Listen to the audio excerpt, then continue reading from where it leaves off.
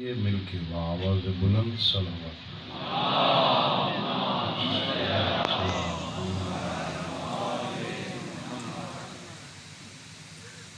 ما شاء الله لا حول ولا قوة إلا بالله العلي العظيم.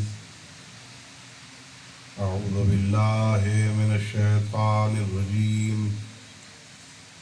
بسم الله الرحمن الرحيم. الحمد لله رب العالمين بارئ الخلائق أجمعين، والصلاة والسلام والتحية والإكرام على النبي المؤيد والرسول المسدد المصطفى الأمجد المحمود الأحمد حبیب الہ العالمین ابی القاسم محمد. اللہم صل علی محمد وآل محمد وعلی اہل بیتہ الطیبین الطاہرین المعصومین الغر المیامین الذین قال اللہ تعالی فی شأنہم انما يريد الله ليذهب عنكم الرجس اهل البيت ويطهركم تطهيرا. اللهم صل على محمد وآل محمد ورحمة الله على أحبابهم وأصحابهم وشيعتهم ومواليهم ولعنة الدائمة الأبدية على أعدائهم أجمعين. أما بعد فقد قال الله تبارك وتعالى في كتابه المجيد وفرقانه الحميد وهو أصدق الصادقين وقوله الحق. بسم الله الرحمن الرحيم. والعصر إن الإنسان لفي خسر إلا الذين آمنوا وعملوا الصالحات وتواصوا بالحق وتواصوا بالصبر. صلوات پڑھیے. اللهم صل على محمد وآل محمد.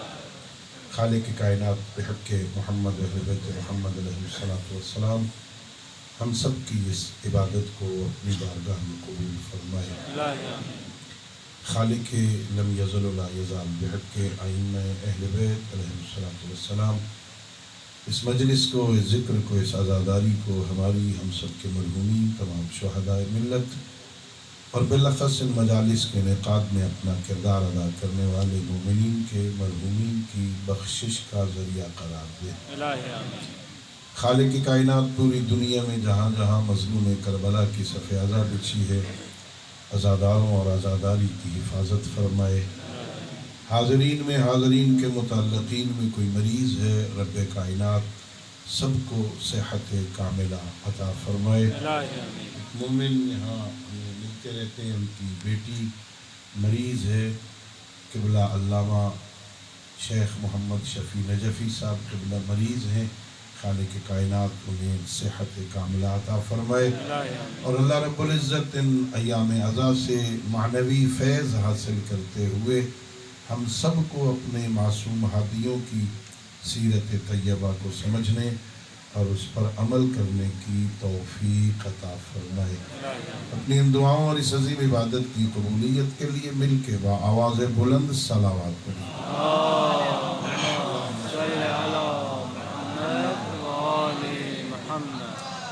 میرے محترم معزز اور مکرم سامعین، خالق کائنات کا ارشاد گرامی ہے، زمانے کی قسم سارے انسان گھاٹے میں ہیں الا الذین آمنوا، وہ لوگ گھاٹے میں نہیں ہیں، نقصان میں نہیں ہیں، خسارے میں نہیں ہیں جو ایمان لائے، وعملوا الصالحات، نیک عمل انجام دیے، وتواصوا بالحق، ایک دوسرے کو حق کی تلقین کی، وتواصوا بالصبر، اور ایک دوسرے کو صبر کی تلقین کرتے رہے. 4 نکاتی فارمولہ ہے نجات کا۔ اللہ رب العزت نے اس مختصر سے سورہ میں انسان کو دنیاوی اور اخروی خسارے سے نجات کے لیے بہترین فارمولہ، پہلی شرط یہ ہے ایمان لے آؤ، اللہ کو مانو، اللہ جنہیں منوائے انہیں مانو۔ امیر المومنین علی ابن ابی طالب علیہ السلام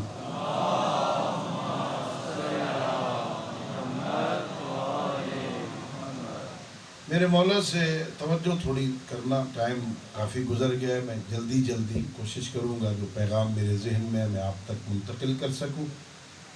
میرے امیر سے پوچھا گیا مولا کوئی نجات کا فارمولہ، خسارے سے بچ جائیں، یہ جو نقصان کر بیٹھے ہیں اسے پورا کر لیں، زندگی گزر گئی ہے، بوڑھے ہو گئے ہیں، وہ جو جوانی کا نقصان ہو گیا، وہ جو زندگی برباد کر بیٹھے ہیں، کوئی راستہ، کوئی طریقہ اس نقصان کو پورا کرنے کا۔ میرے اور آپ کے امام نے فرمایا 2-3 کام کر لو، بہت بڑی بات ہے۔ میرے امیر فرماتے ہیں یہ کام کر لو فَعَلِيٌّ ضَامِنٌ لِفَلْجِكُمْ عَاجِلًا، علی تمہاری آخرت میں نجات کا ضامن ہے۔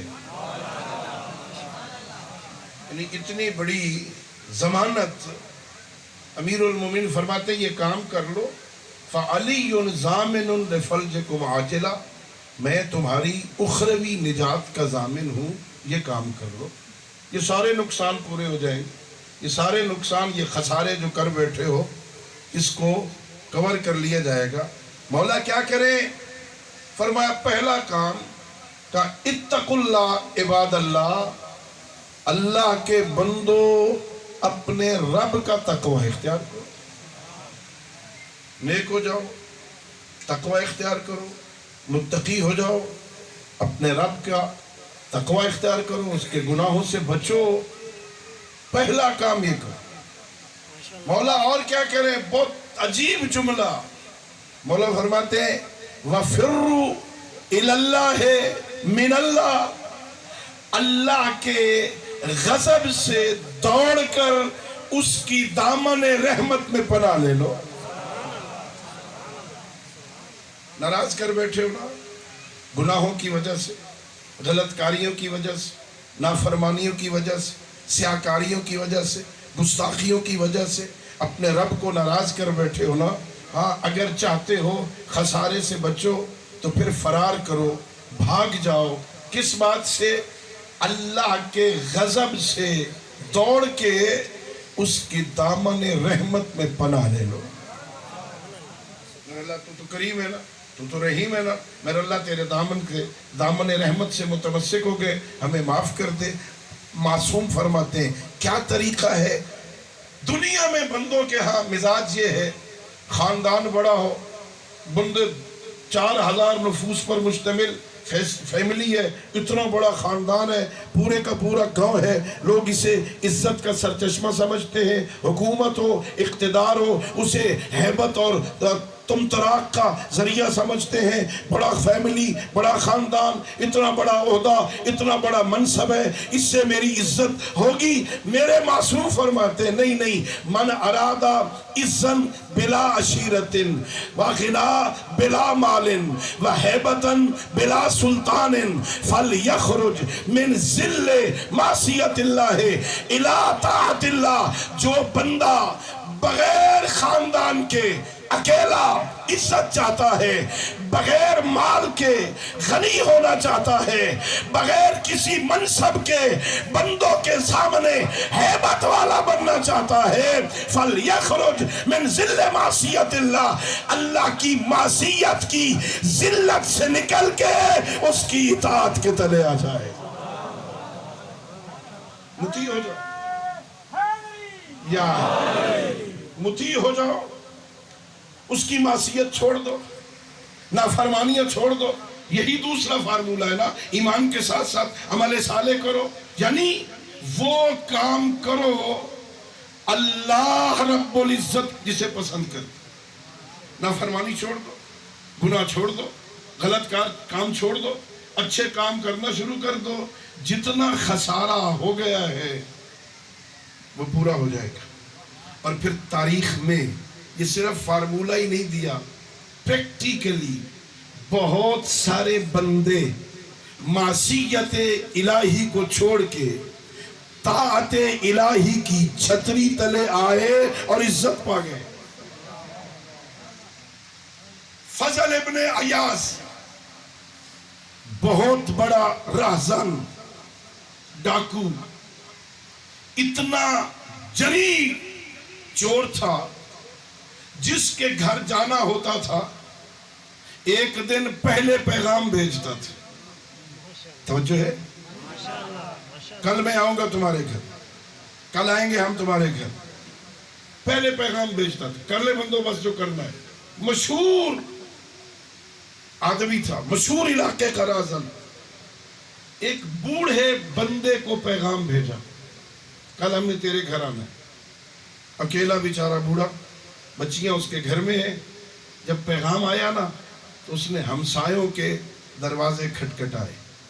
فلاں راہزن کا فون آیا ہے، فلاں ڈاکو کا پیغام آیا. فون تو ظاہر نہیں تھے، پیغام آیا ہے، وہ میرے گھر آنا چاہتا ہے، ہمیں لوٹنا چاہتا ہے، ہمیں برباد کرنا چاہتا ہے، ہماری مدد کرو.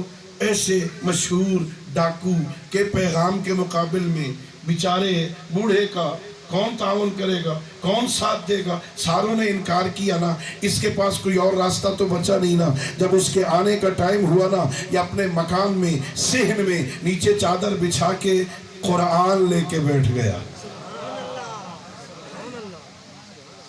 قرآن کی تلاوت شروع کر دی، قرآن پڑھنا شروع کر دیا.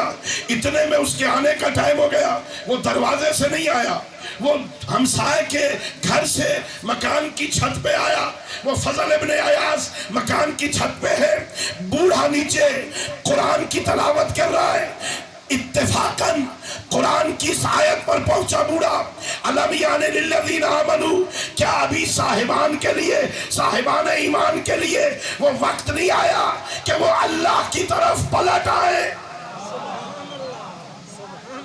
ابھی وقت نہیں آیا کہ مومن پلٹ آئے. یہ اس نے صحن میں پڑھا، اس نے چھت پہ سنا. وہی چھت پہ کھڑا ہوا اپنے خالق سے کہتا ہے، میرا اللہ وہ وقت آ گیا ہے، وہ وقت تیری طرف پلٹنے کا وقت آ گیا ہے. پھر اس کے صحن میں نہیں اترا، واپس چلا گیا، گھر چلا گیا. سچی توبہ کی، سچی. ہماری طرح توبہ کا مذاق نہیں کیا. ہم مذاق کرتے ہیں.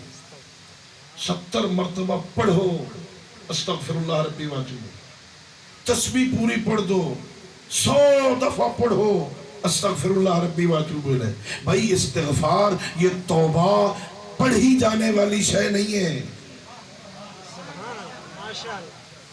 توبہ پڑھی جانے والی شے 100 دفعہ پڑھ دو، 1000 دفعہ پڑھ دو، زبان سے پڑھ دو. زبان سے پڑھ رہا ہے، اندر کچھ نہیں ہو رہا. میرے دوسرے امام فرماتے من استغفر بلسانہ ولم یندم بقلبہ فقد استہزا بنفسہ. امام حسن فرماتے جس نے زبان کی نوک سے استغفار کیا اور دل سے اپنے گناہوں پہ نادم نہ ہوا، اس نے مذاق کیا ہے، توبہ نہیں. تسبیح لے کے بیٹا استغفر اللہ ربی واتوب، استغفر اللہ ربی واتوب، استغفر اللہ ربی واتوب. اندر کچھ نہیں ہو رہا، اندر کوئی دھماکہ نہیں ہوا، اندر کوئی استغفار کی دھمک دل پہ نہیں آئی ہے، کچھ نہیں ہوا. زبان چل رہی ہے استغفر اللہ استغفر اللہ، کوئی فائدہ نہیں ہے. یہ ہماری طرح توبہ نہیں کی. ہم لعاب دہن لگاتے ہیں اپنی انگلیوں پہ اور کان کھینچتے ہیں. ہم سمجھتے ہیں توبہ ہو گئی. کان کھینچنے کا نام توبہ نہیں، استغفار پڑھنے کا نام توبہ نہیں. دل سے نادم ہوا، دل سے میں نے غلط کیا ہے، بالکل غلط کیا ہے، مجھے نہیں کرنا چاہیے تھا، غلط کر بیٹھا ہوں، آئندہ نہیں کروں گا. فضل گھر گیا، مصلی بچھائے، میرا اللہ میں نے غلط کیا تھا، اب وعدہ کرتا ہوں آج کے بعد نہیں کروں گا۔ جس کا مال لوٹا تھا اس کے دروازے کھٹکھٹا کے واپس کیا، یہ تیرا مال چوری کیا تھا، یہ تیرا مال لوٹا تھی، یہ واپس لے لے، یہ واپس لے لے۔ حضرت آیت اللہ دستغیب شیرازی شہید مہراب اصفہان کے امام جمعہ اپنی کتاب توبہ میں اس واقعہ کو نقل کرتے اور وہ فرماتے ہیں آخر میں ایک یہودی کے پاس آیا، توجہ، میں نے تیرا سونا چوری کیا تھا، اب میرے پاس سونا نہیں ہے، مجھے معاف کر دے، میں نے توبہ کر لی ہے، آئندہ چوری نہیں کروں گا، مجھے معاف کر دے۔ یہودی کہتا ہے پہلے تو مجھے پتہ نہیں تھا تو نے چوری کی ہے، اب یہودی کہتا ہے تو نے توبہ کر لی، مجھے نہیں پتا، پہلے پتہ نہیں تھا چوری کی ہے، اب یقین ہو گیا ہے، اقرار کر رہا ہے تو نے چوری کی ہے۔ اس وقت تک نہیں چھوڑوں گا جب تک میرا سونا نہیں دے گا۔ کبھی میرے پاس نہیں ہے، کھا گیا ہوں، ختم ہو گیا، جو کچھ تھا میں نے لوگوں کو دے دیا، اب تو میرے پاس کچھ نہیں ہے، میں نے توبہ کر لی ہے، مجھے معاف کر دے، مجھے معاف کر دے۔ یہودی کہتا ہے میری شرط ہے مجھے سونا لا کے دے، تیرے پاس نہیں ہے نا کوئی بات نہیں، میری شرط پوری کر، وہ فلاں جگہ چلا جا، وہاں زمین کھود، نیچے سونا پڑا ہے، وہ اٹھا کے مجھے لا دے، میری شرط پوری ہو جائے گی، میں تجھے معاف کر دوں گا۔ اس نے کہا چلو اس کی شرط ہے، اس کا سونا پڑا ہے، دوڑ کے گیا، وہاں زمین کھودی، نیچے سونا پڑا تھا، سونا اٹھایا، مٹھیوں میں دبایا، یہودی کے پاس لایا، یہ لے اپنا سونا، اب تو مجھے معاف کر دے۔ دوستو آیت اللہ لکھتے ہیں اس کی کیفیت بدلی، کبھی سونے کو دیکھا، کبھی توبہ کرنے والے کے منہ کو دیکھا، کبھی سونے کو دیکھا، کبھی اس کے منہ کو دیکھا، 2-4 دفعہ دیکھ کے کہتا ہے مجھے کلمہ پڑھا، میں مسلمان ہونا چاہتا ہوں۔ کیوں مسلمان ہوتا ہے؟ ابھی تو نے میری توبہ قبول نہیں کر رہا تھا، ابھی تو توبہ قبول نہیں کر رہا تھا، ابھی کلمہ پڑھ رہا ہے، مسلمان ہونا چاہتا ہے۔ وجہ کیا ہے؟ تو یہودی نے کہا ہاں میں نے جہاں تجھے بھیجا تھا وہاں کوئی سونا نہیں تھا، میں نے توریت میں پڑھا آخری نبی کا امتی جب سچے دل سے توبہ کرے گا اس کے ہاتھوں میں مٹی سونا بن جائے گی۔ تیرا سونا لانا بتاتا ہے تیری توبہ بھی سچی، تیرا نبی بھی سچا۔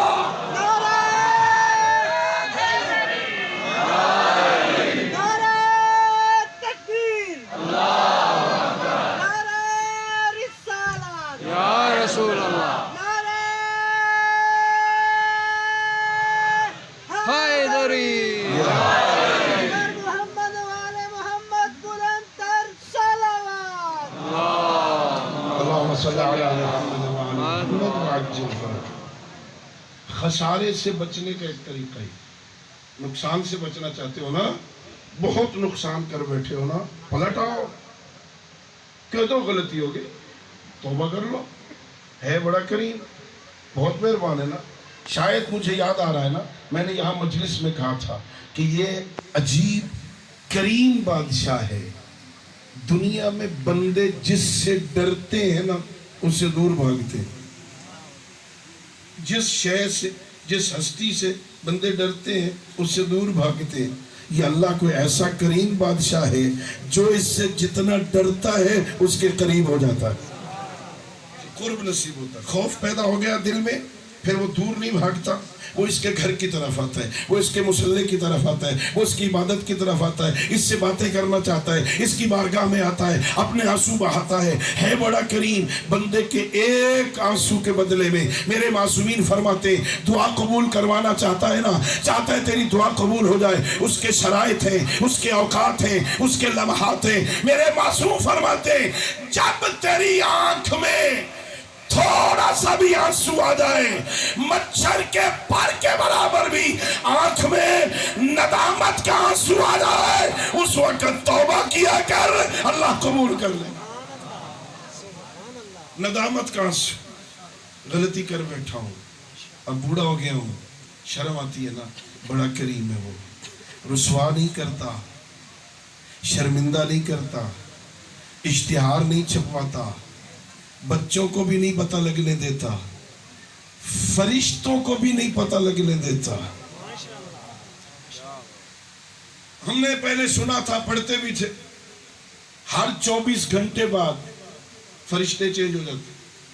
نیکیوں والے یہ دفتر لے کے چلے جاتے، گناہ لکھنے والے 24 گھنٹے بعد چینج ہو جاتے. 1 مہینہ 1.5 مہینہ ہوا، میں نے یہ روایت پڑھی، یہ جو نیکیاں لکھنے والے ہیں نا، یہ ہر روز تبدیل ہوتے ہیں. توجہ ہے آپ حضرات؟ پریشان تو نہیں ہو رہے؟ یہ ہر 24 گھنٹے بعد نیکیوں والے تبدیل ہو جاتے ہیں. 15 سال کے بعد جب شروع ہوتا ہے نامہ اعمال نا، ہر روز یہ فرشتے چینج ہو جاتے ہیں. جو گناہ لکھنے والا آتا ہے نا، وہ 15 سال کی عمر میں مرد کے لیے جو آتا ہے نا، موت تک وہی ایک رہتا ہے. گناہ لکھنے والا تبدیل نہیں ہوتا. حضرت امام جعفر صادق علیہ السلام، میرے امام سے پوچھا گیا، فرزند رسول اس کی وجہ کیا ہے؟ نیکیاں لکھنے والے روز تبدیل ہو رہے ہیں، گناہ لکھنے والا ایک ہی بیٹھا ہے 15 سال کی عمر سے لے کے مثلا 90 سال کی عمر تک 75 سال مسلسل ایک ہی گناہ لکھ رہا ہے، یہ تبدیل نہیں ہو رہا، یہی بیٹھا ہوا ہے، اسی کے پاس نامہ اعمال ہے، یہاں تبدیل نہیں ہوا فرشتہ، یہاں روز تبدیل ہو رہا ہے، اس کی وجہ کیا ہے؟ تو میرے معصوم امام نے فرمایا، اللہ کریم ہے نا، یہ اس کے کرم کی ایک مثال ہے نا. یہاں نیکیاں لکھنے والے روز تبدیل ہو رہے ہیں. 70 سال میں اندازہ لگاؤ کتنے فرشتے گواہ بنے گے، اس نے یہ نیکی کی، اس نے یہ نیکی کی. جب قیامت کا دن ہوگا، گواہیوں کی منزل آئے گی، ادھر سے ہزاروں فرشتے گواہی دیں گے، اس نے یہ نیکی کی، اس نے یہ نیکی کی. ادھر سے گناہ والا ایک فرشتہ ہوگا، اس نے یہ نافرمانی کی. اللہ کہے گا، میرے فرشتے تو اکیلا ہے، یہ ہزاروں ہے، ان کی مانوں یا تجھے ان کی مانوں.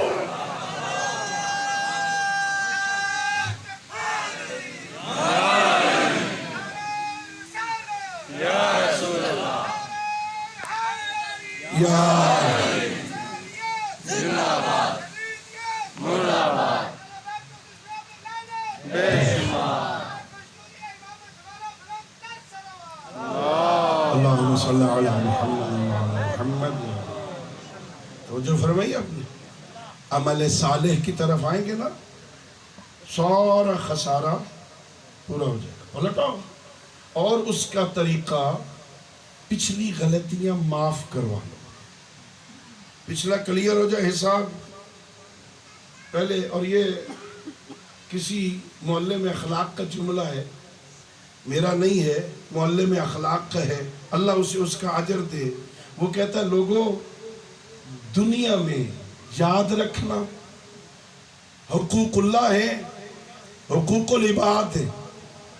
حقوق العباد میں تلافی ہوتی ہے، حقوق اللہ میں معافی ہوتی ہے. حقوق اللہ میں معافی ہوتی ہے، حقوق العباد میں تلافی ہوتی ہے. جو حقوق اللہ رہ گئے ان میں معافی مانگ، جو حقوق العباد رہ گئے تلافی کر. اور کیا عظیم جملہ کہا انہوں نے. یہ بندوں کو سزائیں دینے سے پہلے جب کیس چلتا ہے نا، تو کچھ عرصہ حوالات میں رکھا جاتا ہے. حوالات میں جو نیشنل طور پر اسے عدالت حوالات کے حوالے کر دیتی ہے، جب تک فیصلہ نہیں ہوتا کیس کا وہ حوالات میں رہتا ہے. یہ کیا مطلب ہوتا ہے حوالات کا؟ بھئی جب تک فیصلہ نہیں ہوتا اس سے پہلے کوشش کر، مدعی کے ساتھ مل، کوئی سلو، کوئی تلافی کا راستہ نکال، سزا کی منزل لائے. کیس کے فیصلے ہونے سے پہلے کوئی تلافی کروا لے کہ یہ جو بندہ مرنے کے بعد برزخ میں رہتا ہے یہ حوالات میں ہے. وارثوں کو چاہیے کیس قیامت والے دن فیصلہ ہونا ہے، اس سے پہلے کچھ لے دے کے معاملہ کلیئر کروا لو.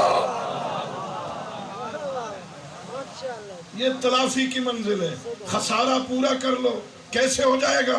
بھئی نمازیں رہ گئی تھی، پڑھوا لو. روزے رہ گئے تھے، رکھوا لو. کسی کا قرض دینا تھا، دلوا دو. یہ پورا کر دو، جب قیامت والے دن اٹھے گا پچھلی تلافی ہو چکی ہوگی، کیس میں آسانی ہو جائے گی۔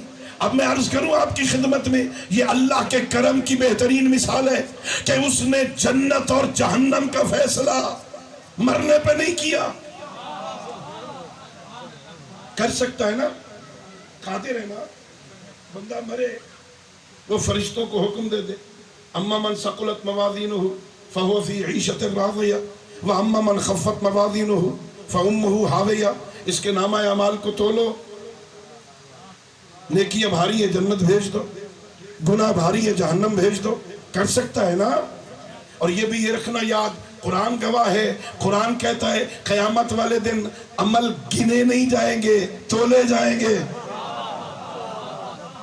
اسے کثرت نہیں چاہیے، اسے مقدار نہیں چاہیے، اسے معیار چاہیے، اچھے معیار کے ہوں گے وہ قابل قبول ہوں گے۔ مقدار نہیں چاہیے، کثرت نہیں چاہیے، تھوڑے بھی ہوں اس کے معیار کے۔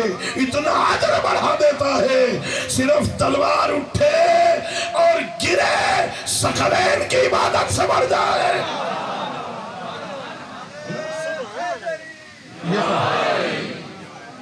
تو وہاں تولے جائیں گے۔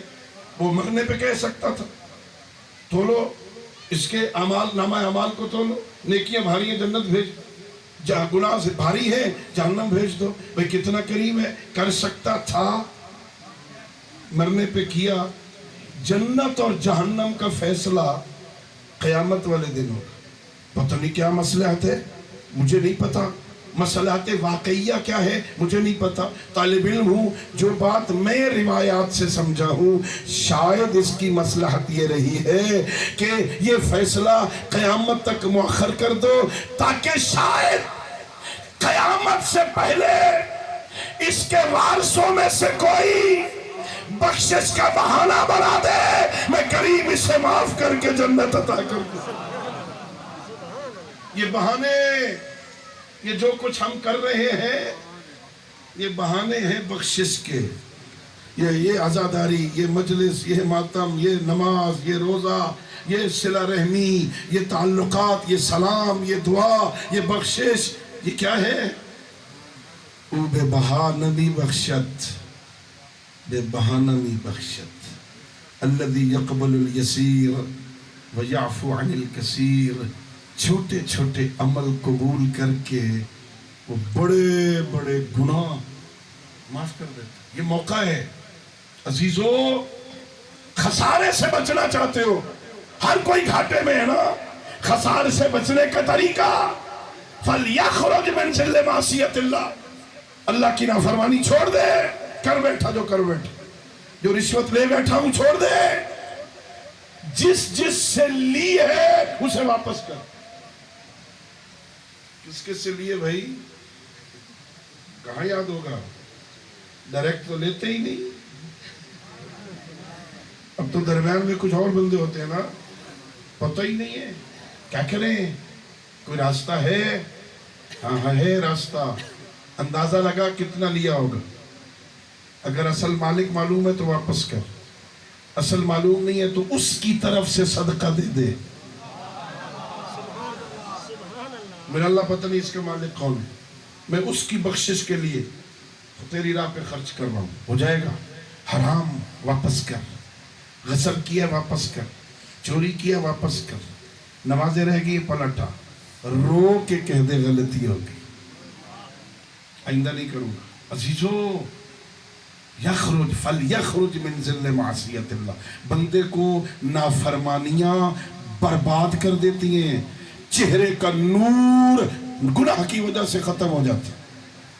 ہاں، چہرے کا نور کب آتا ہے؟ معصوم فرماتے ہیں نیکی کیا کرتی ہے؟ دل کو روشن کرتی ہے، چہرے کو بارونق بنا دیتی ہے۔ اللہ عزت دیتا ہے بندے کو، یہ رات کو خدا کے سامنے جھکتا ہے، یہ اندھیرے رات میں رب کے سامنے سجدے کرتا ہے، یہ رات کو جھکتا ہے، وہ دن کو معاشرے میں اسے سر بلند کر دیتا ہے۔ آپ میں سے بہت سارے نورانی چہرے والے نماز شب پڑھتے ہیں، جو نماز شب پڑھتا ہے وہ صبح جا کے آفس میں بتاتا ہے وہ نیند آئی ہوئی ہے، صبح نماز تہجد کے لیے اٹھا تھا، ابھی تک سویا نہیں ہو، تھوڑی بتاتے ہیں؟ بتاتا ہے؟ وہ نہیں بتاتے. جو نماز شب پڑھتا ہے لوگوں کو نہیں بتاتا، لیکن بندوں کو پتہ چل جاتا ہے. وہ کون بتاتا ہے؟ یہ چھپاتا ہے نیکیاں، اللہ اس کی نیکی کو ظاہر کر دیتا ہے نا. اللہ اکبر. معصوم سے کسی بندے نے نصیحت مانگی، مولا میں سفر پہ جا رہا ہوں، کوئی حکم. توجہ، زندگی میں کام آنے والی بات، خسارے کو ختم کرنے والی بات عرض کر رہا ہوں. مولا سفر پہ جا رہا ہوں، کوئی حکم. فرمایا ایسا کرو، جب سفر پہ باہر نکلو نا، نمبر 1 جو شے پہلے تمہیں نظر آئے اسے کھا جانا. جو شے پہلے نظر آئے اسے. نمبر 2 دوسری شے جو نظر آئے نا اسے چھپا دینا. عجیب ہے. ٹھیک ہے مولا، السلام علیکم. وعلیکم السلام. باہر نکلا، جو ہی شہر سے باہر نکلا سامنے پہاڑ نظر آئے. اسلام آباد کے اطراف میں پہاڑ ہے نا. باہر نکلا سامنے پہاڑ. مولا نے کیا کہا تھا؟ جو شے پہلے نظر آئے اسے کھا جانا. مولا کا حکم ہے، وعدہ کر کے آیا کھاؤں گا، سامنے پہاڑ ہے. اس نیت کے ساتھ امام سے وعدہ کیا ہے میں نے کھانا ہے. پہاڑ کی طرف چلا. یہ پہاڑ کی طرف جا رہا ہے، پہاڑ چھوٹا ہوتا جا رہا ہے. پہاڑ چھوٹا. جب اس کے قریب پہنچا نا، یہ اتنا سا چنے کے برابر وہ مٹی بن گئی. اس نے اٹھا کے منہ میں رکھی، کھا گیا. پھر آگے بڑھا. بہترین اشرفیوں کی تھیلی، ڈالر سے بھرا ہوا بیگ. آج کی زبان میں، اس زمانے میں اشرفی ہے. باہر نکلا، ڈالر سے بھرا ہوا بیگ پڑا ہے. کیا وعدہ کیا تھا؟ بولو، سن رہے ہو نا بھائی؟ کیا کرنا ہے؟ چھپا دینا ہے. زمین کھودی، چھپا دیا، اوپر سے مٹی کو برابر کر دیا. اب ظاہر ڈالر چھپائے، اشرفیاں چھپائی ہیں. 2 قدم آگے بڑھا، مڑ کے دیکھا، وہ پھر باہر نکلا ہوا. پھر پیچھے ہٹا، پھر زمین کھودی، پھر اسے دفن کیا، اوپر سے مٹی برابر کر دی. پھر آگے بڑھا، تیسری دفعہ مڑ کے دیکھا، وہ پھر تھیلا باہر نکلا ہوا ہے. پھر چھپا دیا، پھر چلا. اب جو دیکھا پھر نکلا ہوا ہے. کہ بس 3 دفعہ چھپانا تھا، اب میں جاتا ہوں. سفر پہ چلا گیا، واپس آیا بارگاہ امامت میں. فرزند رسول نے پوچھا بتا کیا پیش آیا؟ کہ مولا میں پہلے نکلا ہوں، پہاڑ تھا، آپ نے کہا تھا کھانا ہے. میں آگے بڑھتا گیا، پہاڑ چھوٹا ہوتا گیا. میں اور قریب گیا، وہ اور چھوٹا ہو گیا. چھوٹا سا مٹی کا دانہ بنا، میں نے اٹھا کے کھا لیا. پھر اور کہ میں آگے بڑھا، بہترین اشرفیوں کا تھیلا تھا، میں نے زمین میں دفن کیا. میں آگے بڑھا، وہ پھر نکل آیا. میں نے چھپایا، وہ پھر نکل آیا. مولا نے کہا پتہ ہے وہ پہاڑ کیا تھا، یہ اشرفیاں کیا تھی؟ مولا مجھے تو نہیں پتا. فرمایا وہ جو پہاڑ تجھے نظر آیا تھا نا، وہ غصہ تھا. وہ کیا تھا؟ جب بندے کو غصہ آتا ہے نا تو اسے پینا پہاڑ نظر آتا ہے. اس نے مجھے گالی دی، میں چپ کر جاؤں. اس نے مجھے برا بھلا کہا، میں خاموش ہو جاؤں. وہ یہ کر گیا. میں پہلے پہاڑ ہوتا ہے، لیکن آہستہ آہستہ وہ اتنا چھوٹا ہو جاتا ہے، اس کا پینا خوشگوار لگتا ہے. کا دوسرا فرمایا وہ جو اشرفیوں کا تھیلا تھا نا، وہ تیری نیکیاں تھی. تو چھپاتا ہے، وہ پھر ظاہر ہو جاتی ہے. تو نیکیاں چھپاتا ہے، اللہ معاشرے میں ظاہر کر دیتا ہے. اللہ کسی کا اجر رکھتا تھوڑی ہے. ان اللہ لا یضیع اجر المحسنین. اللہ نیکوکار کے اجر کو ضائع نہیں کرتا. تم چھپاؤ گے اپنی نیکیاں، اللہ ظاہر کر دے گا. وہ غریب کی مدد کی، اشتہار لگانے کی ضرورت نہیں. لا تبطلوا صدقاتکم بالمن والعذا، اللہ قرآن میں فرماتا ہے اپنی نیکیوں کو، اپنے صدقات کو، اپنی خیرات کو احسان جتلا کے ضائع نہ کیا کرو۔ عمل صالح کرنا ہے نا۔ ایک یتیم کو پال لیا، وہ یتیم رہ گیا تھا بھتیجا، بس اس کی سرپرستی کر لی، وہ ڈاکٹر بن گیا۔ اب جب ڈاکٹر بن گیا ہے نا، اتنا خرچہ کر لیا ہے، اب کہتا ہے برادری میں بیٹھ کے باپ تو اس کا مر گیا تھا، اگر میں اس کی سرپرستی نہ کرتا نا یہ تو برباد ہو جانا تھا، یہ ہماری محنتوں کی وجہ سے ڈاکٹر بن گیا، جو کی تھی محنت جائے۔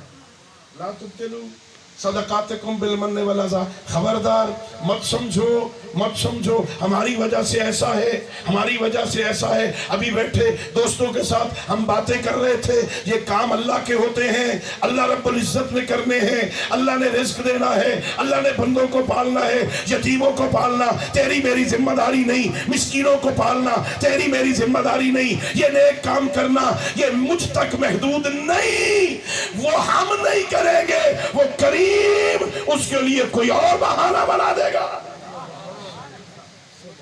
اگر تجھے موقع مل رہا ہے فَاسْتَبِقُوا إِلَى الْخَيْرَاتِ، یا فَاسْتَبِقُوا الْخَيْرَاتِ، نیکیوں کی طرف جلدی کیا کرو، موقع مل جائے سوچنے نہ لگ جایا کرو کل کریں گے، اگلے سال کریں گے، اگلے رمضان میں توبہ کریں گے، اگلے رمضان میں کریں گے، جمعۃ الوداع کو کریں گے، کربلا جا کے کریں گے، مکے جا کے کریں گے، پتہ نہیں وہاں جانا مقصود مقدر میں ہو یا نہ ہو، رمضان کا جمعہ آئے کہ جس لمحے متوجہ ہو جاؤ اسی لمحے توبہ کر لو، اللہ بڑا کریم ہے، یہ تمہارے عمل صالح پچھلے سارے خسارے کو ختم کر دیں گے، خسارہ پورا ہو جائے گا۔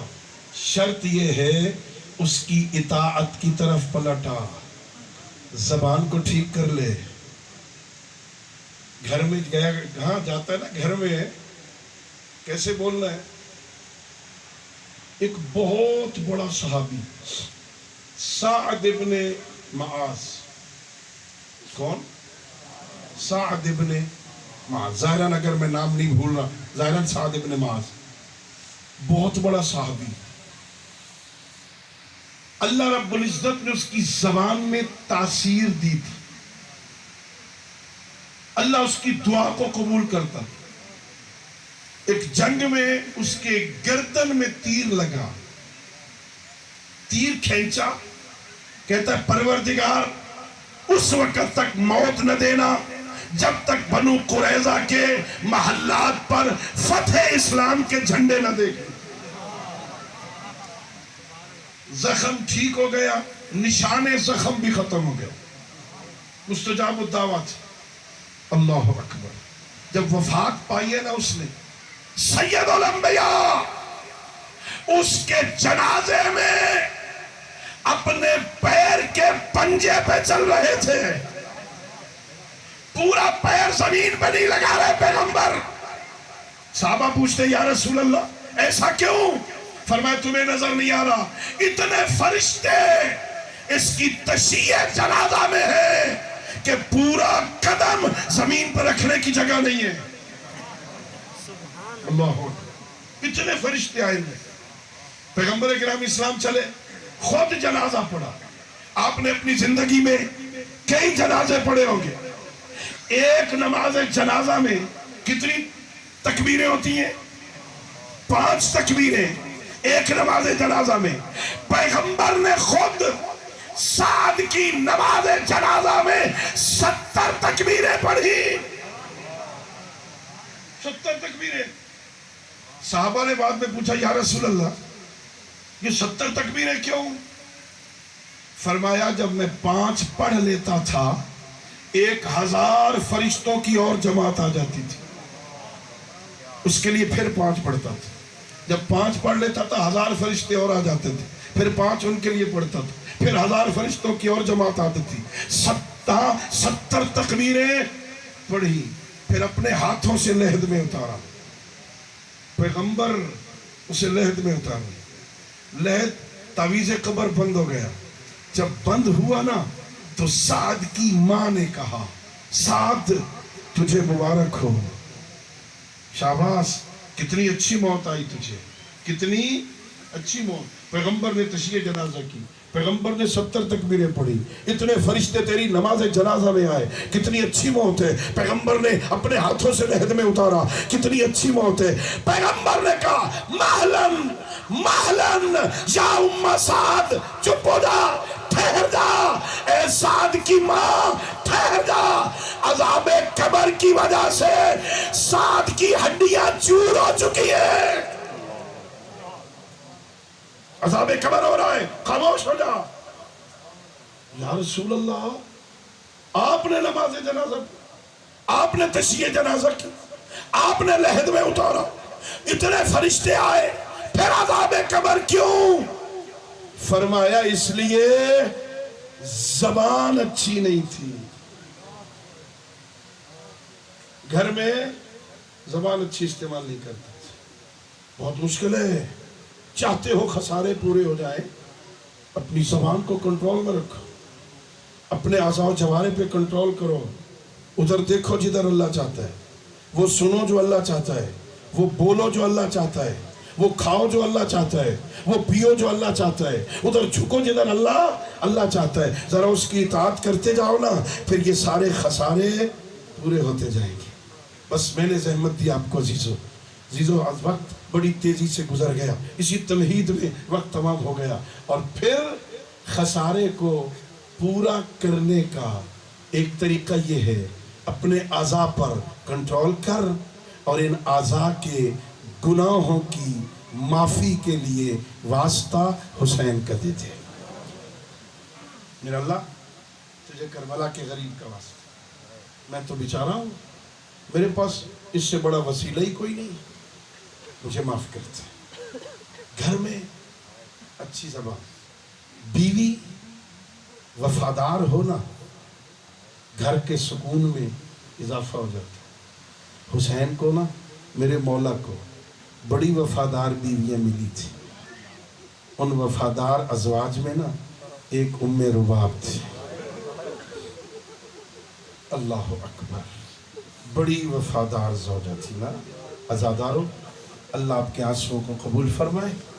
نام آتے ہی آپ کی صدائیں بلند ہونے لگی نا، بڑی وفادار زوجہ تھی نا۔ اپنے شوہر نامدار کی لاش کو دھوپ پہ دیکھا تھا نا، تو وعدہ کیا تھا، فرزند رسول تو پیاسا مارا گیا ہے نا، میں وعدہ کرتی ہوں زندگی میں ٹھنڈا پانی نہیں پیوں گی، اجرکم علی اللہ۔ فرزند رسول تیری لاش کو دھوپ پہ دیکھا ہے نا، میں وعدہ کرتی ہوں ساری زندگی سائے میں نہیں بیٹھو گی۔ بڑی وفادار تھی نا۔ اللہ رب العزت نے اس جناب رباب سے دو فرزند، دو اولادیں عطا فرمائی، ایک 4 سال کی سکینہ، ایک 6 مہینے کا الیسر۔ سارا رشتہ رباب کا سادات کے ساتھ ان 2 بچوں کی وجہ سے تھا۔ میں نے پڑھا ایک مقام پر، جب واپس کربلا آئے ہیں نا قافلہ، مظلوم کربلا کی قبر کی زیارت کے لیے، 3 دن وہاں رہنے کے بعد سید سجاد نے کہا بیبیوں سے، پھپھی اماں اٹھو مدینے چلیں، اماں اٹھو مدینہ چلیں۔ جناب رباب نے کہا تھا بیٹا سب کو لے جاؤ، میں نے مدینے جا کے کیا کر،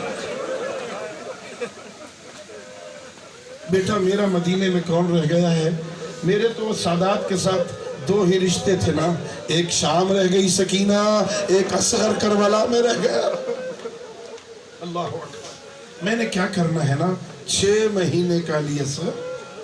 اللہ اکبر، آج کی رات منسوب ہے نا شہزادے کے ساتھ۔ عزادارو بس 2 جملے سنو، اللہ آپ کے آنسوؤں کو قبول فرمائے۔ میرے آقا نے بڑی بہادری کے ساتھ، بڑی شجاعت کے ساتھ، بڑی استقامت کے ساتھ دشمن کا مقابلہ کیا۔ جب سارے یار و انصار حسین کو چھوڑ کے چلے گئے نا، جب بنی ہاشم کے سارے جوان چھوڑ کے چلے گئے نا، اکیلا بچ گیا حسین۔ کربلا کے میدان میں زہرا کے لال نے اپنی غربت کی صدا بلند کی، کہا حل من ناصر ینصرنا، حل من مغیث یغیثنا، حل من ذاب یذب عن حرم رسول اللہ، ہے کوئی میں غریب کی مدد کرنے والا، ہے کوئی میری نصرت کرنے والا، ہے کوئی میرے استغاثے پہ لبیک کہنے والا، ہے کوئی حرم رسول کی حفاظت کرنے والا؟ یہ صدا جو بلند ہوئی نا عزادارو، یہ آواز خیموں میں بھی پہنچی، اچانک خیموں سے رونے کی صدا بلند ہوئی۔ حسین ابن علی تیزی سے خیمے میں آئے، بہن زینب یہ رونے کی آواز کیوں ہے؟ کوئی بچہ مر گیا؟ کہا نہیں بھیا مرا نہیں، اصغر نے اپنے آپ کو جھولے سے گرا دیا۔ آپ کی صدا کا بلند ہونا تھا، اصغر نے جھولے سے گرا دیا ہے۔ کہا اچھا بہن اس کی اماں سے کہو تیار کر کے میرے حوالے کرے، میں اس کے لیے پانی طلب کرتا ہوں۔ عزاداروں یہ بڑی مشکل منزل تھی، یہ پانی طلب کرنا اتنا مشکل تھا۔ میں نے پڑھا شام غریبہ جب سکینہ اپنے بابا کی لاش پہ آئی نا تو کٹے ہوئے گلے سے آواز آ رہی تھی، سکینہ جب واپس جانا میرے شیعوں سے کہنا ماما شرب تو ماز بن فذکرونی، جب ٹھنڈا پانی پینا میری پیاس کو یاد کر لینا۔ اور کاش تم کربلا میں ہوتے، اپنی نظروں سے دیکھتے کیف استسقی طفلی فابوا ان یرحمونی، میں بچے کے لیے پانی کیسے مانگ۔ کتنی مشکل منزل تھی، حسین نے اٹھایا اپنی ابا کے دامن میں چھپایا، آئے فوج اشقیاء کے سامنے کہ دیکھو تمہاری نظر میں کوئی قصور ہے تو مجھ حسین کا، اب تو اس کی ماں کا دودھ بھی خشک ہو گیا ہے، 2 گھونٹ پانی دے دو۔ آپ کے بغیر میں چھوٹے چھوٹے بچے ہوں گے، عزادارو اگر نہیں ہے تو جانا بچوں کی ماں سے پوچھنا، 6 مہینے کا بچہ ہو اسے پیاس لگی ہو کتنے پانی کی ضرورت ہوتی ہے۔ 6 مہینے کے بچے کو ماں گلاسوں سے پانی نہیں پلاتی، اپنی انگلیاں پانی میں ڈبو کے بچے کے منہ میں رکھتی ہے، اس کی پیاس ختم ہو جاتی ہے۔ ہائے اصغر تیری قسمت، بہتا ہوا دریا 1 گھونٹ پانی کا مانگا۔ حسین مولا نے کہا اسے پیاس لگی ہے پانی پلا دو۔ کہتے حسین پیاس خود کو لگی ہے، بہانے بچوں کے بناتا ہے۔ اب جو حسین پہ الزام لگایا، میرے مولا نے کہا اصغر بیٹا اپنے بابا کی بے گناہی کی گواہی دے۔ اپنے اصغر کو ہاتھوں پہ بلند کیا، ہر مقتل والے نے لکھا 6 مہینے کے اصغر نے بڑی مشکل سے ہونٹ کھولے، اپنے ہونٹوں پہ خشک زبان پھیری، خوش زبان کا پھرنا تھا۔ فوج اشقیاء میں کھلبلی مچی، یہ بچہ پیاسا ہے۔ ایک مرتبہ حرملہ آگے بڑھا، عمر ابن سعد، حرملہ اقطع کلام الحسین، حسین کی کلام کو قطع کر۔ اللہ اکبر، بڑا تیر انداز تھا عزادار، بڑا تیر انداز تھا۔ یہ خود کہتا ہے مختار کے دربار میں جب میں کربلا گیا میں 3-4 تیر لے کے گیا تھا، 3 شعبہ تیر تھے۔ ایک تیر میں نے حسین کے سینے میں مارا، ایک تیر میں نے عباس کی آنکھ میں مارا، اور ایک تیر 6 مہینے کے اصغر کے۔ اللہ اکبر، پوچھا تھا مختار نے ظالم ذرا بتا تو صحیح، اکبر کی ماں بھی سائے میں چلی گئی، قاسم کی ماں بھی سائے میں چلی گئی، تو نے کربلا میں کیا کیا؟ رباب سائے میں نہیں جاتی۔ اللہ اکبر، اس ظالم نے تیر کمان میں ڈالا، ہائے عزادارو تیر چلانا چاہتا ہے، تیر گر جاتا ہے، پھر کمان میں ڈالا، پھر گرا۔ جب تیسری دفعہ گرا عمر ابن سعد قریب آیا، کہتا ظالم تیر انداز ہے، تیرے ہاتھوں کو کیا ہو گیا؟ کہ کا ذرا میرے قریب آ، جب کمان میں تیر ڈالتا ہوں ذرا اس کنات پہ نظر رکھنا، کوئی کالے برقع والی بی بی ہے جو کہتی ہے ظالم اپنا تیر بھی دیکھ، میرا چشمہ صغیر بھی دیکھ، اللہ اکبر، ذرا اپنا تیر بھی دیکھ۔ ظالم نے تیر چلایا، فراٹے کھاتا ہوا تیر اصغر کے گلے میں لگا، فَصُبِحَ الطِّفْلُ مِنْ أُذُنٍ إِلَىٰ أُذُنٍ، گردن چھوٹی تھی تیر بڑا تھا۔ اللہ اکبر، فَانْقَلَبَ الطِّفْلُ عَلَىٰ يَدَيْ أَبِيهِ، بچہ باپ کے ہاتھوں پہ منقلب ہو گیا۔ کل مذبوح الطیر المذبوح، اس طرح تڑپا اصغر جیسے ذبح شدہ پرندہ تڑپتا ہے۔ روایتوں میں ہے جب پرندے کو ذبح کیا جائے وہ پر پھڑ پھڑاتا ہے، جیسے تیر لگا اصغر نے تڑپنا شروع کیا، بابا کی گردن میں باہیں ڈالی، اصغر کا تیر سے خون جو نکلا حسین نے ہاتھوں پہ لیا، اپنے چہرے پہ ملا، کہا کذالک جدی رسول اللہ، میں اس حالت میں نانا سے کربلا کے بعد نانا سے ملاقات کروں گا، اس حالت میں بس ازادار دو جملے سنو، بڑی استقامت سے مدینہ سے لے کے مکہ سے لے کے کربلا، 2 محرم سے عصر عاشور تک حسین نے بڑی استقامت کی، حوصلے کے ساتھ فیصلے کیے، لیکن اللہ جانے اصغر کی لاش کتنی بھاری تھی۔ جب خیمے کی طرف بڑھا حسین، کبھی قدم آگے بڑھتے کبھی قدم پیچھے ہٹتے، پڑھتے اِنَّا لِلَّهِ وَإِنَّا إِلَيْهِ رَاجِعُونَ، اصغر کی ماں یہ منظر کیسے دیکھے؟ پھر حسین نے حوصلہ کیا، ہاں لے کے آئے خیمے میں، جلدی سے اصغر کی لاش جناب رباب کے حوالے کر دی، ماں کے ہاتھوں پہ۔ یہ منظر زندگی میں اللہ کسی کو نہ دکھائے، 6 مہینے بچے کی لاش ماں کے ہاتھوں پہ آئی، جناب رباب نے کپڑا ہٹایا، گردن سیدھی ہوئی، ایک جملہ کہا، اَمِثْلُكَ يُنْهَرْ، کیا تجھ جیسا بچہ بھی نہر کیا جاتا؟ کیا تجھ جیسا بچہ بھی نہر ہوتا ہے؟ بس آزادار میرے مولا حسین نے کہا، رباب ذرا میری مدد کر، رباب میری مدد کر، تو لاش اٹھا، میں قبر بناتا ہوں۔ 6 مہینے کے اصغر کی قبر بنائی گئی، حسین نے دفن کیا، دفن کر کے نشان قبر مٹا دیا۔ آزادارو جب 11 محرم ہوئی، ظالموں نے سر گنے، 71 تھے، وہ کہتا میں نے 72 مارے تھے، ایک نے کہا میں نے کل دیکھا تھا حسین ایک دفن کر رہا تھا، نیزہ بردار آئے، زمین کربلا کو تولا، ایک جو نیزہ بلند ہوا، صرف نیزہ نہیں تھا، اصغر کی لاش نیزے کی حدیب ہے، سکی